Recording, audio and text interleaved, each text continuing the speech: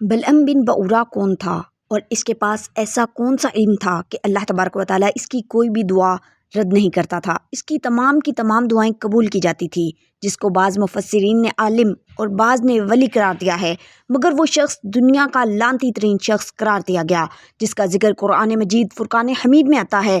اور بنی اسرائیل کو طاعون کی بیماری میں کیوں مبتلا کیا گیا؟ بسم اللہ الرحمن الرحیم۔ السلام علیکم محترم ناظرین، تمام تعریفیں اللہ تبارک و تعالیٰ کے لیے جو بڑا مہربان نہایت رحم کرنے والا ہے۔ کروڑ درود آقائے دو جہاں نبی مہربان محمد مصطفیٰ صلی اللہ علیہ وسلم پر، آپ کی آل و اولاد پر، آپ کے تمام اصحاب پر اللہ تعالیٰ مغفرت فرمائے، آپ کی، میری اور ساری امت کے مسلمانوں کی، آمین۔ محترم ناظرین، تاریخ کے اوراق میں بہت سے ایسے نام موجود ہیں جو اپنی داستانوں کے ساتھ عبرت کا ایک ایسا نقش چھوڑ جاتے ہیں کہ صدیاں گزر جانے کے باوجود ان کا ذکر زبان زدِ عام رہتا ہے۔ آج کا یہ واقعہ ان دنوں کا ہے جب دنیا پر اللہ رب العزت کے نبیوں کا سایہ تھا اور اللہ تبارک و تعالیٰ نے اپنے بندوں کو ہدایت کے لیے مختلف انبیاء اور اولیاء بھیجے تھے۔ انبیاء کرام اور اولیاء اعظام اللہ تبارک و تعالیٰ کے پیغام کو لوگوں تک پہنچاتے، انہیں بھلائی کا راستہ دکھاتے اور ان کے لیے روشنی کے مینار بنے رہتے۔ انہی ادوار میں بلعم بن بعورہ بھی ایک ولی اور عالم کے طور پر مشہور تھا۔ محترم ناظرین، بلعم بن بعورہ ایک ایسا نام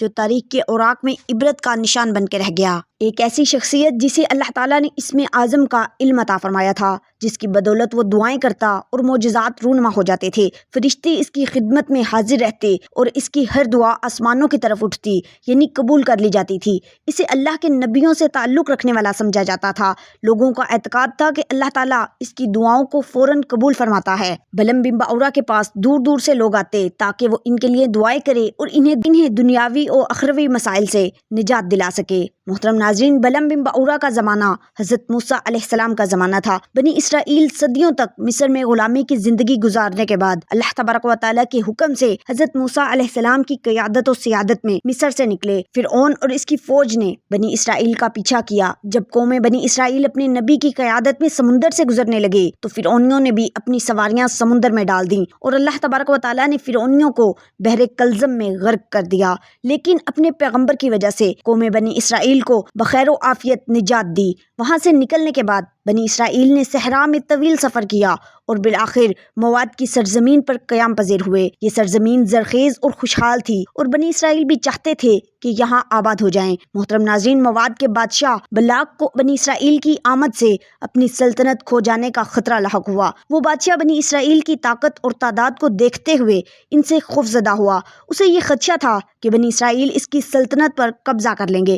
اس نے ان سے جنگ کرنے کا ارادہ کیا، لیکن اسے اپنی فوج کی طاقت پر اعتماد نہ تھا۔ بادشاہ بلاق نے بلعم بن بعورہ کے بارے میں سن رکھا تھا کہ وہ دعائیں کرتا ہے اور اس کی دعائیں قبول ہوتی ہیں۔ اس کے علاوہ اسے غیب کی خبریں بھی دی جاتی تھی۔ بادشاہ نے سوچا کہ اگر بلعم بن بعورہ جیسے ولی کی دعا حاصل کی جائے تو ضرور اللہ کی مدد سے کامیابی حاصل کر سکتا ہے۔ اس نے اپنے خاص سفیروں کو قیمتی تحائف اور دنیاوی مال و دولت دے کر بلعم بن بعورہ کے پاس بھیجا تاکہ وہ اس کے دشمن کے خلاف دعا کر سکے۔ محترم ناظرین، جب وہ لوگ بلعم بن بعورہ کے پاس آئے تو کہنے لگے کہ موسیٰ علیہ السلام اور اس کی قوم بہت ظالم اور جابر ہیں۔ وہ ہمیں ہمارے شہر سے نکالنے اور جنگ کرنے آئے ہیں۔ وہ ہم کو قتل کر کے ہمارے شہروں میں خود آباد ہونا چاہتے ہیں۔ ہم آپ کے پاس اس لیے آئے ہیں کہ آپ ہمارے لیے دعا کریں کہ اللہ ہمیں ان کے شر سے محفوظ رکھے اور ان کو ہماری سرزمین سے نکال دے۔ محترم ناظرین، ایک نیک اور اللہ سے ڈرنے والا انسان تھا بلعم بن بعورہ۔ جب بادشاہ کے سفیروں نے اس کے سامنے دنیاوی مال و دولت کی پیشکش کی تو وہ فوراً انکار کر دیا۔ بلعم بن بعورہ نے کہا، میری دعائیں اللہ کی مرضی کے خلاف نہیں جاتی اور مجھے تو تم پر افسوس ہے کہ جس کی بات تم کر رہے ہو وہ تو اللہ کے نبی ہیں اور ان کے ساتھ فرشتے اور مومنین ہیں۔ میں ان کے خلاف کیسے بد دعا کر سکتا ہوں؟ اور مجھے اللہ تبارک و تعالیٰ سے جو حکم ملا ہے اس کا تقاضا یہ ہے کہ اگر میں ان کے خلاف بد دعا کی تو میری دنیا اور آخرت برباد ہو جائے گی۔ محترم ناظرین، یاد رہے کہ انہوں نے بار بار جب اصرار کیا اور اس نے کہا اچھا میں استخارہ کرتا ہوں، اور بلعم بن بعورہ کا معمول بھی یہی تھا کہ وہ استخارہ کرنے کے بعد ہی دعا کیا کرتا تھا۔ جب بلعم نے بادشاہ کے لوگوں کے لیے استخارہ کیا تو اس کو نیند میں یہ بتایا گیا کہ موسیٰ علیہ السلام کے خلاف دعا نہ کرنا۔ اس نے اپنی قوم سے کہا، میں نے استخارہ کیا تھا اور مجھے ان کے خلاف دعا کرنے سے منع کیا گیا ہے۔ یہ بات بلعم کی اللہ تبارک و تعالیٰ سے وابستگی اور تقوی کا ثبوت تھی کہ اس نے دنیاوی لالچ کو ٹھکرا دیا اور بادشاہ کے سفیروں کو واپس بھیج دیا۔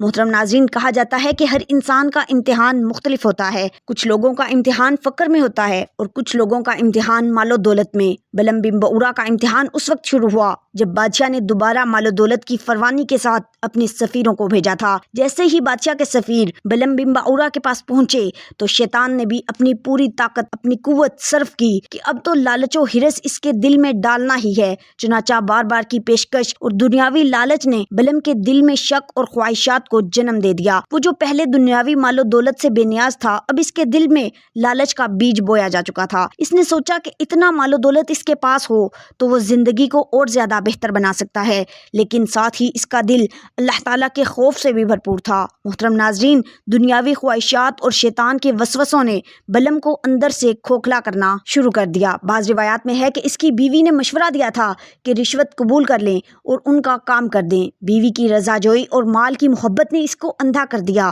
وہ دن بدن بادشاہ کی پیشکش کی طرف مائل ہوتا چلا گیا۔ ایک دن اس نے اللہ تبارک و تعالیٰ کے حکم کو نظر انداز کرتے ہوئے بادشاہ کے حق میں دعا کرنے کا فیصلہ کر لیا۔ محترم ناظرین، وہ اپنی گدھی پر سوار ہو کر بلاق بادشاہ کی طرف روانہ ہوا۔ اس کی گدھی کئی بار راستے میں رکی، یہ اس کو مارتا پیٹتا رہا اور چلنے کے لیے مجبور کرتا تھا۔ آخرکار گدھی نے بلعم کو نیچے گرا دیا۔ جب وہ دوبارہ سوار ہوا تو راستے میں اللہ تبارک و تعالیٰ نے اس کی گدھی کے سامنے ایک فرشتہ کھڑا کر دیا۔ گدھی فرشتے کو دیکھ کر رک گئی۔ اس نے گدھی کو مارنا چاہا تو گدھی کو اللہ تبارک و تعالیٰ نے قوت گویائی عطا فرمائی تھی۔ گدھی نے اس کی نافرمانی پر جھڑکا اور کہا کہ افسوس تجھ پر، کیا تم نہیں دیکھ رہے اللہ تبارک و تعالیٰ کے فرشتے مجھے جانے سے روک رہے ہیں۔ اللہ تبارک و تعالیٰ نے بلم کی آنکھیں کھول دیں اور اس نے اپنی آنکھوں سے فرشتوں کو دیکھا۔ فرشتے نے اسے دوبارہ اللہ تعالیٰ کا حکم یاد دلایا اور اسے واپس جانے کا کہا، مگر بلم اب بھی اپنی ضد پر اڑا رہا۔ وہ بادشاہ بلاق کے پاس پہنچ گیا، آبان نامی پہاڑی پر چڑھا جہاں سے بنی اسرائیل کا لشکر سامنے نظر آ رہا تھا۔ اب قوم بنی اسرائیل کے خلاف اور اپنی قوم کے حق میں دعا کرنے لگا، لیکن حکم خداوندی سے زبان الٹ گئی۔ دعا کی جگہ بد دعا اور بد دعا کی جگہ دعا نکلنے لگی، یعنی جو کچھ اس نے قوم بنی اسرائیل کے لیے مانگا تھا وہ اس کو اپنی قوم کے لیے دیا گیا، اور جو کچھ اس نے اپنی قوم کے لیے مانگا تھا وہ قوم بنی اسرائیل کو دے دیا گیا۔ قوم نے جب یہ سنا تو کہنے لگی کہ یہ تم کیا کہہ رہے ہو؟ کہنے لگا کہ میں بے بس ہوں، میری زبان میرے اختیار میں نہیں ہے۔ اس نے 3 مرتبہ ایسے کرنے کی کوشش کی، مگر ہر بار اس کے منہ سے بنی اسرائیل کے لیے برکت کی دعا نکلتی رہی۔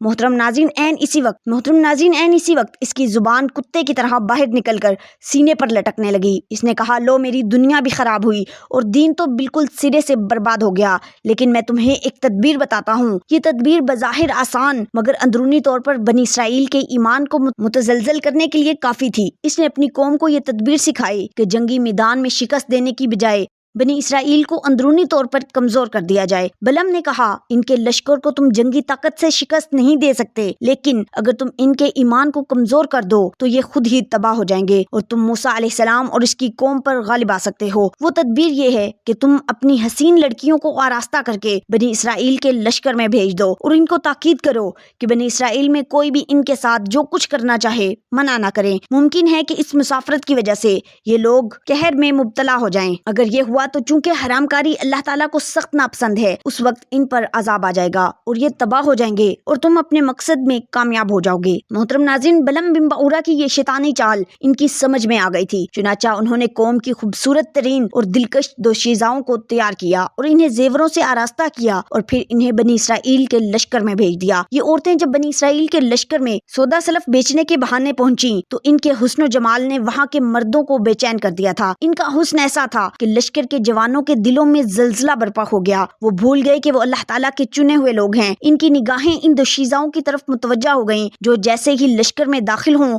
دلوں میں شہوت اور فتنے کا طوفان برپا کرنے لگی تھیں۔ محترم ناظرین، یہاں تک کہ بنی اسرائیل کا ایک بڑا شخص جو جناب موسیٰ علیہ السلام کے لشکر کا سپہ سالار تھا، اس نے جب اس لڑکی کو دیکھا تو اس کا دل دیوانہ ہوا اور وہ اپنے تمام تر عقلی اور دینی تعلیمات کو بھول گیا اور اسے اٹھا کر حضرت جناب موسیٰ علیہ السلام کے سامنے لے گیا کہ اے اللہ تبارک و تعالیٰ کے نبی، یہ عورت میرے لیے حلال ہے یا نہیں؟ تو اللہ تعالیٰ کے پیغمبر جناب حضرت موسیٰ علیہ السلام نے فرمایا کہ خبردار، یہ تمہارے لیے حرام ہے، فوراً اس کو اپنے سے الگ کر دو اور اللہ عز و جل کے عذاب سے ڈرو۔ مگر اس شخص پر غلبہ شہوت کا ایسا زبردست بھوت سوار ہو چکا تھا کہ وہ اپنے نبی علیہ السلام کے فرمان کو ٹھکرا کر اس عورت کو اپنے خیمے میں لے گیا اور برائی کا بھی مرتکب ہو گیا جس سے حضرت موسیٰ علیہ السلام نے منع فرمایا تھا۔ محترم ناظرین، یاد رہے کہ یہ گناہ نہ صرف اس رئیس کے لیے بلکہ پوری بنی اسرائیل اسرائیل کے لیے بلکہ پوری قوم بنی اسرائیل کے لیے تباہ کن ثابت ہوا۔ اس ایک گناہ کی نحوست اور بے برکتی کا اثر فوری طور پر پورے لشکر پر چھا گیا۔ اللہ تعالیٰ کا عذاب بنی اسرائیل پر نازل ہوا اور اس گناہ کے فوراً بعد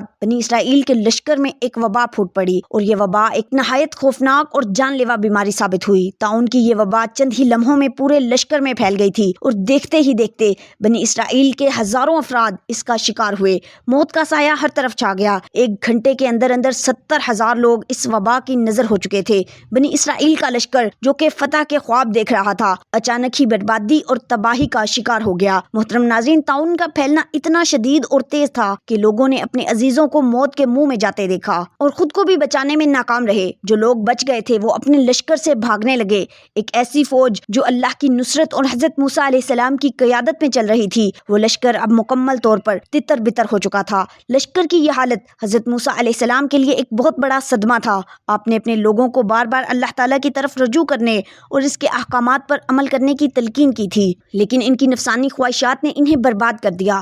حضرت موسیٰ علیہ السلام کے دل پر یہ قیامت صغریٰ گزر گئی، اور آپ نے اللہ رب العزت سے دعائیں کی کہ اے اللہ، اور آپ نے اللہ تبارک و تعالیٰ سے دعائیں کی کہ بنی اسرائیل پر رحم کیا جائے۔ محترم ناظرین، اسی لشکر کا ایک شخص جو کہ جناب ہارون علیہ السلام کی نسل میں سے تھا، جو کہ اس وقت لشکرگاہ سے کہیں باہر گیا ہوا تھا، جب وہ آیا تو تمام حقیقت سنی تو بےتاب ہو کر غصے کے ساتھ اس بدکار کے خیمے میں پہنچے اور اپنے نیزے میں ان دونوں کو پرو لیا، اور اپنے ہاتھ میں نیزہ اٹھائے ہوئے انہیں باہر لے آئے اور کہنے لگے، یا اللہ، ہمیں معاف فرما، ہم پر سے یہ وبا دور فرما، دیکھ لے ہم تیرے نافرمانوں کے ساتھ ایسا سلوک کرتے ہیں۔ محترم ناظرین، جیسے ہی اس نے یہ دعا کی اور عذاب کو ٹالنے کے لیے اللہ تبارک و تعالیٰ سے دعا کی، التجا کی، تو اللہ تبارک و تعالیٰ نے اس کی یہ دعا قبول کی اور اس دعا اور فعل سے طاعون اٹھ گیا۔ لیکن اتنی سی دیر میں جب حساب لگایا گیا تو 70,000 آدمی اور ایک روایت کے مطابق 80,000 آدمی مر چکے تھے۔ محترم ناظرین، بنی اسرائیل میں اب تک یہ دستور چلا آتا ہے کہ وہ اپنے ذبیح میں سے گردن اور دست اور سری اور ہر قسم کا سب سے پہلا پھل اس شخص کو دیتے ہیں یا اس شخص کی اولاد کو دیا کرتے ہیں جس نے اس جوڑے کو نیست و نابود کیا تھا۔ محترم ناظرین، اس واقعے کو قرآن مجید فرقان حمید کی سورہ اعراف میں اس طرح بیان کیا گیا ہے، ان کا احوال سناؤ جسے ہم نے اپنی آیتیں دی تھیں تو وہ ان میں سے ایسے صاف نکل گیا جیسے سانپ اپنی کینچلی سے آسانی سے نکل جاتا ہے، تو شیطان اس کے پیچھے لگا تو گمراہوں میں ہو گیا، اور ہم چاہتے تو آیتوں کے سبب اسے اٹھا لیتے، مگر وہ تو زمین پکڑ گیا تھا اور اپنی خواہش کا تابع ہوا تو اس کا حال کتے کی طرح ہوا، تو اس پر حملہ کرے تو زبان نکالے اور چھوڑ دے تو بھی زبان نکالے۔ یہ حال ہے ان کا جنہوں نے ہماری آیتیں جھٹلائیں، تو تم نصیحت سناتے رہو کہ شاید وہ اس میں غور و فکر کرنے لگیں۔ محترم ناظرین، بلعم بن بعورہ ایسا کیوں ہوا؟ روایت ہے کہ بعض انبیاء کرام علیہ السلام نے اللہ تبارک و تعالیٰ سے دریافت کیا کہ تو نے بلعم بن بعورہ کو اتنی نعمتیں عطا فرما کر پھر اس کو کیوں اس ذلت اور رسوائی کی دلدل میں گرا دیا تھا؟ تو اللہ تبارک و تعالیٰ نے فرمایا کہ اس نے میری نعمتوں کا کبھی شکر ادا نہیں کیا، اگر وہ شکر گزار ہوتا تو میں اس کی کرامتوں کو سلب کر کے اس کو دونوں جہان میں اس طرح ذلیل و خوار اور غائب و حاضر نہ کرتا۔ نتیجتاً ہمیں ہر صورت میں اللہ تبارک و تعالیٰ کی نعمتوں کا شکر ادا کرتے رہنا چاہیے۔ محترم ناظرین، حضرت کعب بن مالک انصاری رضی اللہ تعالیٰ عنہ سے روایت ہے، حضور نبی کریم صلی اللہ علیہ وسلم نے ارشاد فرمایا، 2 بھوکے بھیڑیے بکریوں کے ریوڑ میں چھوڑ دیے جائیں تو وہ اتنا نقصان نہیں کرتے جتنا مال اور مرتبے کی حرص کرنے والا اپنے دین کے لیے نقصان کرتا ہے۔ محترم ناظرین، اس پورے واقعے سے ان عالموں اور لیڈروں کو بھی سبق حاصل کرنا چاہیے جو مالداروں یا حکومتوں کی رقمیں لے کر خلاف شریعت باتیں کرتے ہیں اور جان بوجھ کر اپنے دین و ایمان کا سودا کرتے ہیں۔